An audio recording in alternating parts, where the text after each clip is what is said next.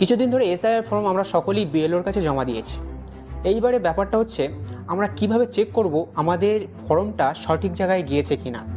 সেটা চেক করতে গেলে আমাদের ডাইরেক্ট ফোন থেকেও হয়ে যায় এবং আমরা কম্পিউটার থেকে আপনাদেরকে দেখাবো কিভাবে এসআইআর ফর্ম সাবমিট হয়েছে কিনা, সেটা কনফার্ম হয়েছে কিনা আপনারা দেখবেন, তাই তো। তো আসুন, তো ফার্স্টে আমাদের এই যে ইলেকশন কমিশনের ওয়েবসাইটে আসতে হবে।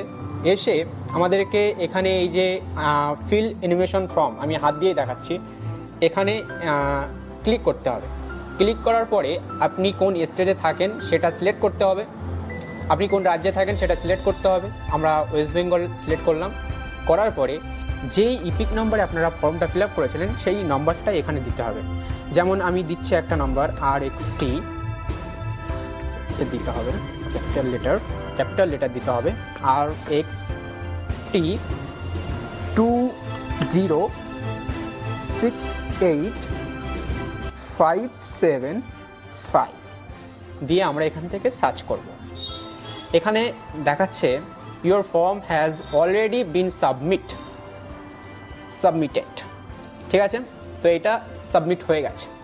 এইবারে আমাদেরকে ব্যাকে আসতে হবে।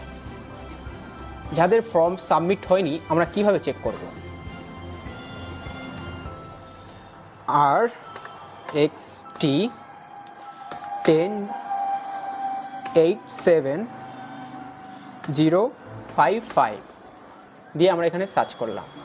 এখানে এটাও সাবমিট আছে। যাদের সাবমিট হয়নি তাদের এখানে একটা পেজ খুলবে, তাদের ইনফরমেশন থাকবে, আর এখানে লেখা থাকবে না সাবমিটেড। এখানে এদের কমপ্লিট হয়ে গেছে বলে সাবমিটেড লেখা আছে।